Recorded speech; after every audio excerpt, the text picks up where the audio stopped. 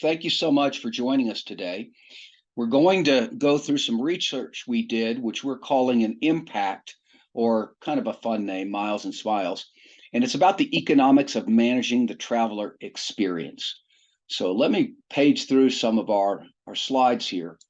And you might see this picture of a factory, and you might know this story, but it's certainly a good one. This particular factory was processing a lot of things, and the key machine that was used to make it work broke down. So they checked with everybody in the factory to see who could fix it, and no one could figure out how to get it going. So they reached out to a recent retiree. She had just retired, and she knew anything and everything about this machine. So they asked her, is there any chance you could come in and maybe help us, because we're really offline? So she came in, brought a very small toolkit, came in, kind of put her hand on the machine, listened a little bit, reached in the toolbox, pulled out a hammer, kind of moved around the machine again, and then very carefully banged the hammer on the machine, and the machine rose up and started working again. So they were just thrilled. Well, a couple of days later, they got this invoice in the mail from her, and it said line item hammer $5, line item 2 knowing where to tap $9,995 for a total of $10,000. So the reason that we tell that story is this entire research project was about trying to understand where to tap.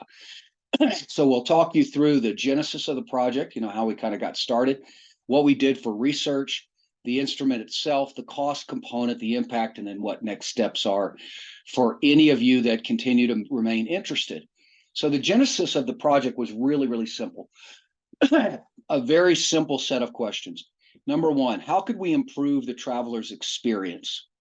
Number two, what components might we consider? How might we measure that improvement without making those actual changes? How much might a change like that cost? And could we correlate all of this to, quote, know where to tap for future decisions? And we knew that a positive experience is a good thing. We know that travelers are often key employees, or they're high performers or high earners. And even if they're not, we know it's a good thing for all travelers to have a positive experience. And we'll just take a moment and we can all laugh about this because we've lived it. But if we don't think positive experiences contribute positively, just go on the other side. Think about a negative experience and when that's happened and how many times people tell that story and what a negative impact it has.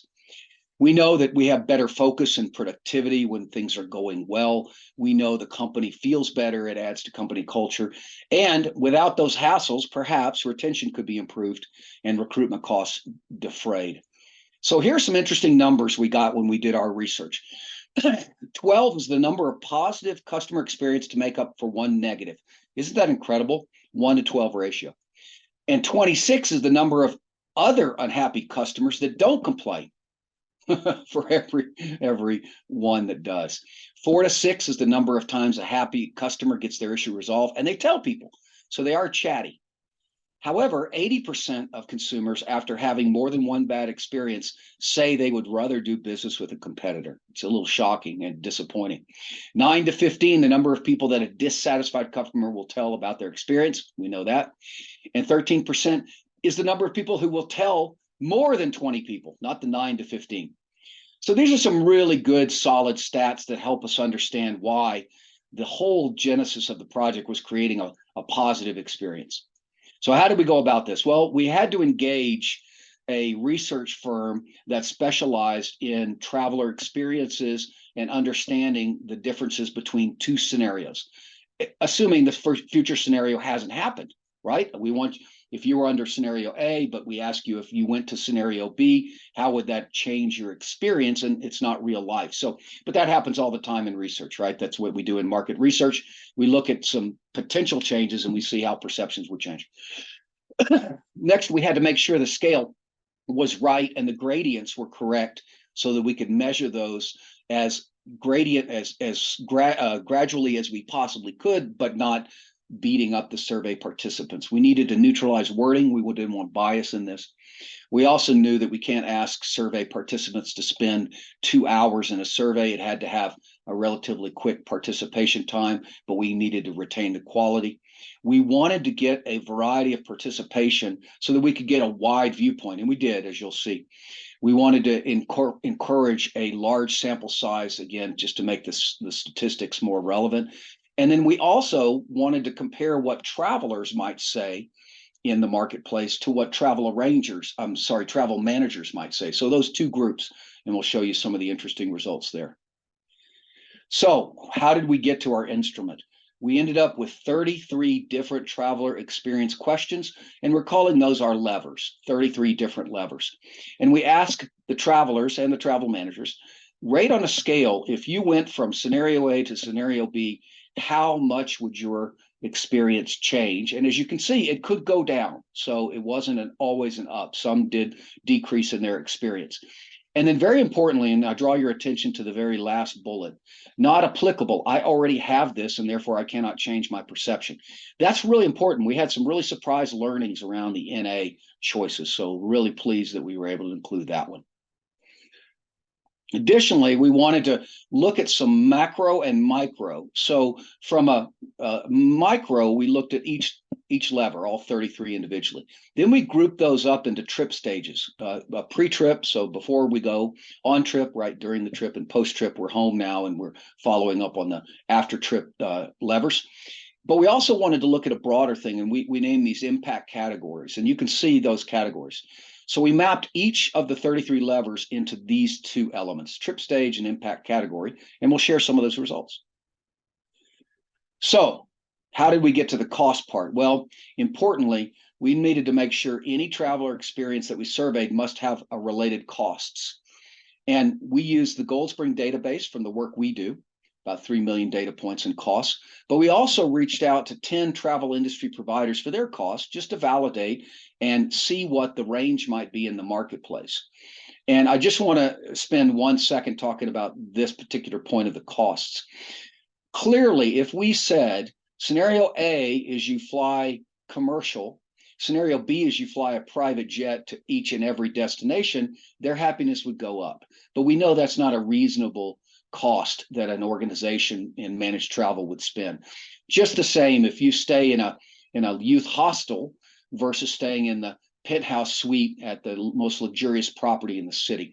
So we didn't ask questions like that because they don't have relevance in managed travel. So we tried to ask 33 levers that had fair and useful costs and things that really could move the needle.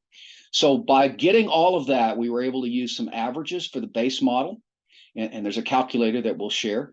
And then we detailed our assumptions with supporting tables for each of the cost elements. And we had to, because not everyone's cost structure is the same. For example, one buyer may get something included in your transaction fee that another buyer may have to pay supplemental for. So the calculator is flexible to allow for that.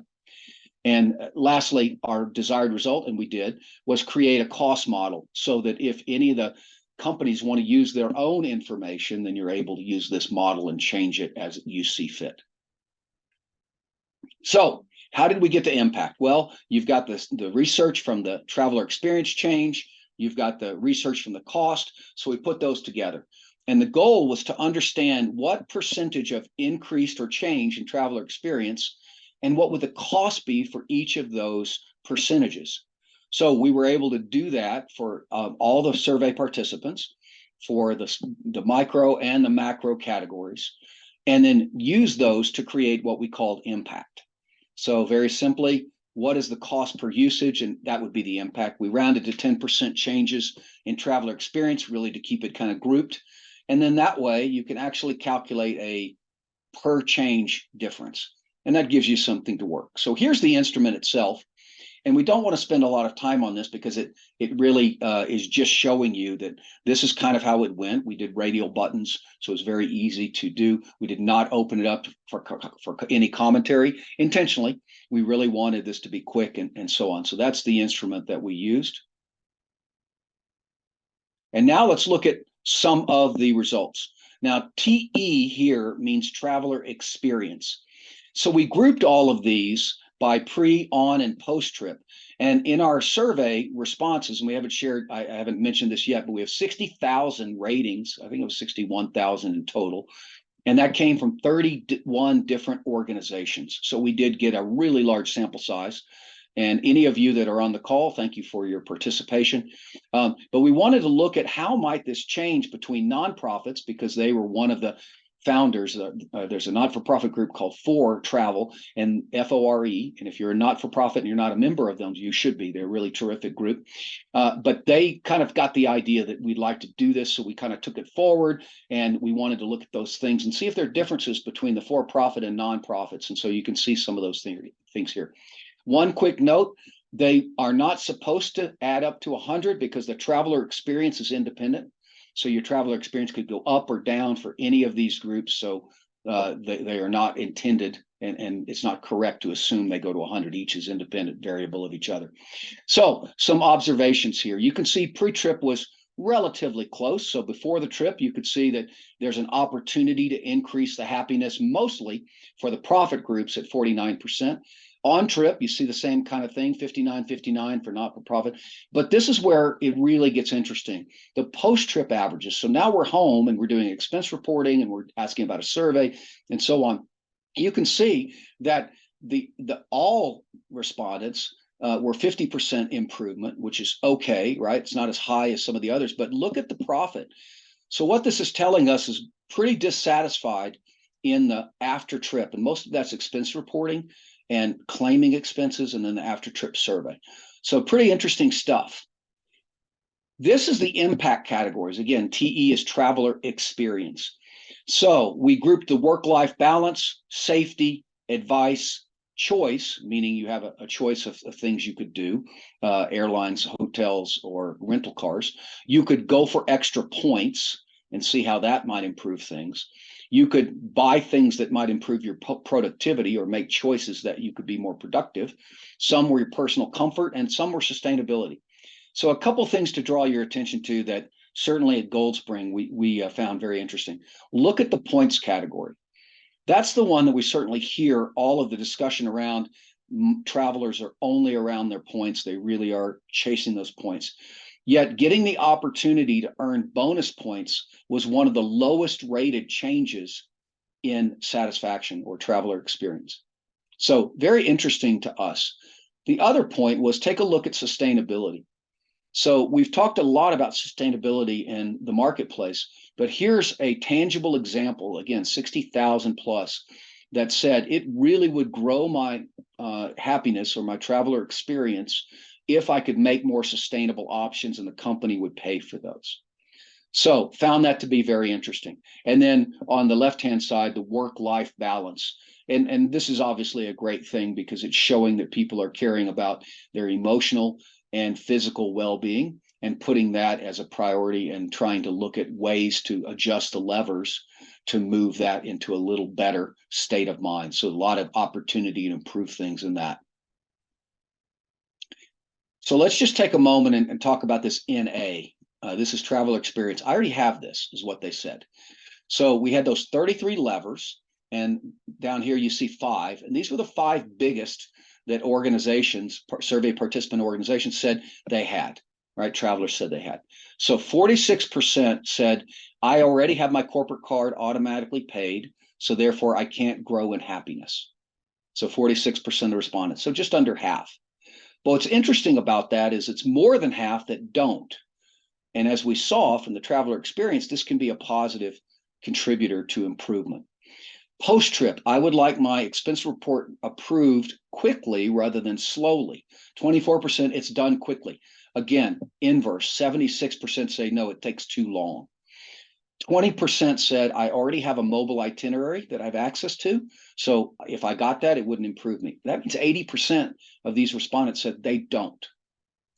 Pre-trip compensatory time. So this question said, if you have to travel outside of office hours, would you like to be reimbursed for that travel time? So I travel on nights or weekends, and therefore it took 4 hours. I get 4 hours back in my vacation bank. And 20% said we already do this, and 80% said we don't. I will give you a quick sneak peek ahead. This is the most expensive lever which makes some sense because it's around salaries and benefits and so on. But interestingly, the top 5 already have this. And then lastly, I'd like to add a personal trip. So 19% said if I did that, I already have that option. And here we are in the traveler experience top 5 levers. So these are the ones that said I will gain the largest amount of traveler experience happiness. It will go up the most if you offer me these 5 things. So the pre-trip compensatory time was overwhelmingly what people said that would be really great. Again, it's an expensive lever, but that's what they said. And then we asked 15 things about spending an additional $50. So we gave them 15 options. If the company was to allow you to spend an extra 50 US dollars on one of these 15 things, which would have the greatest change in your experience? And seat upgrades was overwhelmingly number 1. Back to the post-trip, approved within days. Again, the expense report process kind of being beaten up a little bit here. On trip, I'd like to add a personal trip. That would grow my experience. And then lastly, post-trip receipts auto-populated. That would make me much happier if I could get that done. This slide is the same as the other slide, except what we now did is added up just the top 2 answers. So I'd be much more happy, or I would be somewhat more happy. And you can see where things go here. The compensatory time is really the winner. The seat upgrade stays there, receipt auto-populated. The airport lounge was saying, if you could spend $50 extra that would be reimbursed, how would it change in your traveler experience? And 73% increase in my traveler experience. And then if I could get my expense report done quickly, under 4 minutes. So now let's look at the other side of that coin. Which were the bottom 5 levers? So these were the ones that said it'll make me somewhat more unhappy or much more unhappy. So these are the least impactful, is what we're saying. So doing these is the least improvement. Now, we haven't added cost to the measure yet. We'll show you that. But these are just pure satisfaction without cost attached. So if I could get extra car points, I could spend $50 extra and get bonus rental car points. I could get airline Wi-Fi. I could get bonus points at the hotel. At the hotel, I could get faster Wi-Fi upgraded. And if I'm auto rebooked, then that wouldn't make the lever very much. Now, I will pause because I know we've got a super intelligent audience. Auto rebooked. That's one of those things that if you're in the airport and you need to be rebooked and you're not, it's going to be the only thing you care about. So this 4% assumes everything goes okay. But if you're standing in line with 300 other travelers, you can't get auto rebooked and you have to stand in that line. It will be the only thing that the travelers care about. I think we all understand that. And we thought it might be interesting, of all of those 15 items that we said, you could spend an additional $50. And if you did, how would your experience change? These were the top choices. And again, airlines being the top 2, but then sustainability. I would like to spend an additional $50 of the company's money to make a more sustainable choice, either a more sustainable hotel, air flight, or some sort of car. And then as you see, airline points kind of at the bottom and airline choice. So airline clearly 4 of the top 5. So good job for the carriers selling and upselling, because that's certainly what is resonating with this group. Just going to take one moment. This is the traveler experience if they spent an extra $50, and it's the gap from the very top choice. So the way this graph works is on the left-hand side, the airline seat upgrade was the number 1 choice. But second, and 8% behind that, was this airline seating. And the reason we showed it to you, we thought you might be interested to see the gradient between the very first choice, the winning choice, the number 1, and how far behind the other choices were. And so you can see that here. And lastly, on this section, we compared what travel buyers said to what the travelers said. So this is the biggest gap between changes in the traveler experience from the traveling community to the travel managers. So travel managers thought 40% less of the choice of choosing a different rental car than you prefer than the traveling community. So this was the biggest gap in perception between buyers and the travelers themselves. So 40%, 1%, the travel managers thought less than the travelers did. 30% on choosing a different airline, a more sustainable option, again, 24%. A little surprising, the travelers themselves saying this is really important, the travel buyers saying it's not nearly as important. It's 24% gap between those two measures. Staying at a different hotel, paying for hotel points, and receiving extra hotel points. So we thought that was kind of an interesting comparison. I do want to pause here and just that traveler experience section. So that's the first part of our calculation, is how would things change? Just going to check Q&A and see if there's anything we can do. Okay, I don't see anything in Q&A at the moment, but if you have something, pop it in and I'll stop after the next cost section and we'll address it. Okay, so here's how the cost worked. And again, I completely understand it's tiny. It's not really, we're not trying to walk you through the entire calculation. We're trying to give you the bigger picture here. But on the left-hand side, you can see the pre-trip levers, and then followed by the on-trip, followed by post-trip.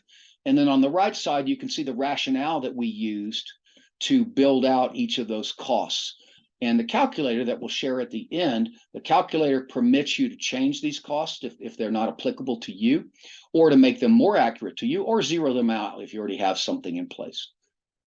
Okay, just going to pause a second on costs. I realize that was tiny, and it's really more illustrative than it is to actually have a working discussion. Super. All right. So now we've got the traveler experience change. So I could get more happy or less happy, whatever. And now we've got the cost. So we put those together and our formula calculates the impact. So let me put all of these up on the screen. This is kind of fun. These, we might call these the biggest impacts. So the greatest impact of all, meaning experience goes up at the lowest cost. So putting those two together and seeing the biggest gain at the cheapest price is mobile. And part of that is because they're often free. You can pay for some third-party mobile apps, and they do have some cost to them. But as a result of them mostly being free, they're very inexpensive choices. And I think our calculator, we put it at 1 or 2 cents just to get that low cost. But mobile is going to have the greatest impact, greatest traveler experience at the lowest cost. Number 2 would be the expense receipts being auto-populated. Number 3, the expense system readily advises me of an error correction. Number 4 is the corporate card is paid by the company versus yourself. And then number 5, you get personalized recommendations due to your interests. So it could be activities, hiking, Soul Cycle, sightseeing, certain restaurants you like, so on. So those are the biggest impacts at the lowest cost. Interestingly, 3 of these are related to the expense or the reconciliation of the trip itself. So a lot of work still to be done in that particular area. And as you'll see from the cost calculator, it's not a very expensive way to fix things. But on the other hand, which ones are the most expensive? So they have the least impact, they cost the most, and they have the least value. And number 1 was that rental car program points. We saw that. Number 2, the 32, the compensatory time off. Again, it's a great growth, but it's really expensive. And that's why it falls to number 32 in the ranking. The rental cars, 31, 30 was the extra hotel points, and 29 was faster Wi-Fi. So here are some of the actual costs. And the top are the lowest cost levers. So the access to mobile itinerary, I said 1 or 2 cents. I guess we ended at 3 cents per mobile app access. Next was 8 cents for the receipts auto-populated. Then another 8 cents for corporate card automatically paid. Then the expense report system readily advising, that's 10 cents. And again, calculations are in the calculator with our assumptions and available for making them personalized. And lastly, on the top 5 was time needed to complete an expense report would go down to 4 minutes or less at 68 cents. The highest cost levers, the one that are the most expensive, and it's no surprise that our $50 threshold, you know, we said do this, and if you could spend $50 extra, this is how it would go. And so the highest cost impact levers were those 4 that you see there. And then the far right one was this compensatory time, which calculated to $163.34 for every 4 hours that you might compensate a traveler for. Now, here's an example of the sample calculations that the calculator itself actually does. So on the pre-trip side, you see the different levers. Then the next column is the cost. Then you see the satisfaction change. So this is the traveler experience change. Again, could be plus, could be minus, whatever. So working those two numbers together, we're able to get a cost for every 10% increase or every 10% change. And then by doing that, you can rank them, right? 1 to 33. And then the gray will be for the transaction counts that you as an organization might want to enter if you want to pursue this. And then the gold will calculate the actual 10% cost. So you can see a couple of things on this screen. Number one, if you look down at row L, pay for the extra points, you can see that it's only a 18% gain in traveler experience. That's why it ranks so low.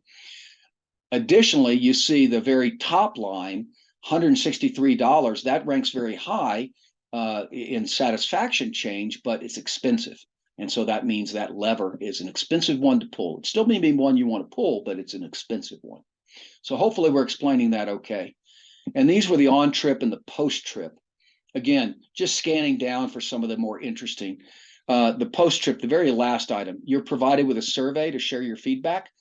Many of you that know Gold Spring know that we spend a lot of effort on the traveler experience. We think it's very important to the stakeholders to understand the kind of services you pay for and receive.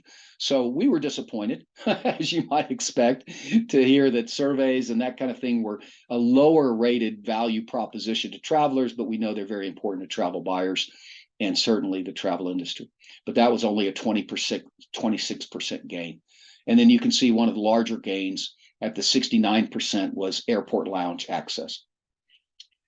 So on the right-hand side, you can total up transactions. It'll total up. So using this mock sample, if you were to pull these levers, all of them at the transaction amounts that you have at the cost that is at our base model, it would cost about $91,000 to pull these levers on an annual basis. So I want to pause. I don't think I see anything in the Q&A, but if there is, feel free to pop it in. And let me just tell you where all this leads us. First of all, if you have any fear of missing out, Will, you said there were 31 organizations that participated with over 60,000 ratings. That means I didn't get to participate. So how could I do? And we did it. It's complimentary. We mentioned that, I think. But if I didn't, I want to be clear. And we did it as a research project. But I also want to point out we have a poll here.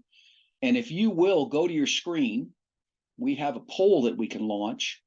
And that poll will offer you the ability to let us know if you would like to be a part of what we're doing in the future. We're about to do round 2 and take that forward. Bear with me just a moment while I try to launch my poll.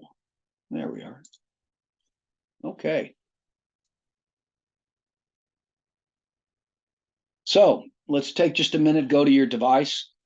And if you're interested in being a part of this, all you have to do is click here and we'll set up a time to go through it in detail with you. If you just like to get the white paper, then click that and the recording will capture your names. So you don't need to do anything else. Just give us a click if you're interested. And we're very happy to do that. So we're hoping to launch the next round for this in about 2 weeks. The way it would work, just for getting out of some of the very basic kind of questions, are it's a survey link that you would send out. We did offer the recipients a chance to earn a $25 gift card to Amazon if they participated, because we know for certain they tend to do better when they have that in front of them. But they would go through the survey. It takes about, I think, 3 or 4 minutes to do all the clicks. And then your organization's data will be segregated from everyone else's. And then you'll also receive not only your satisfaction and your calculator with your satisfaction rates, but you'll be able to benchmark that to all if you're interested. So do let us know. We'll set up some times to just go through it with you, make sure you're comfortable.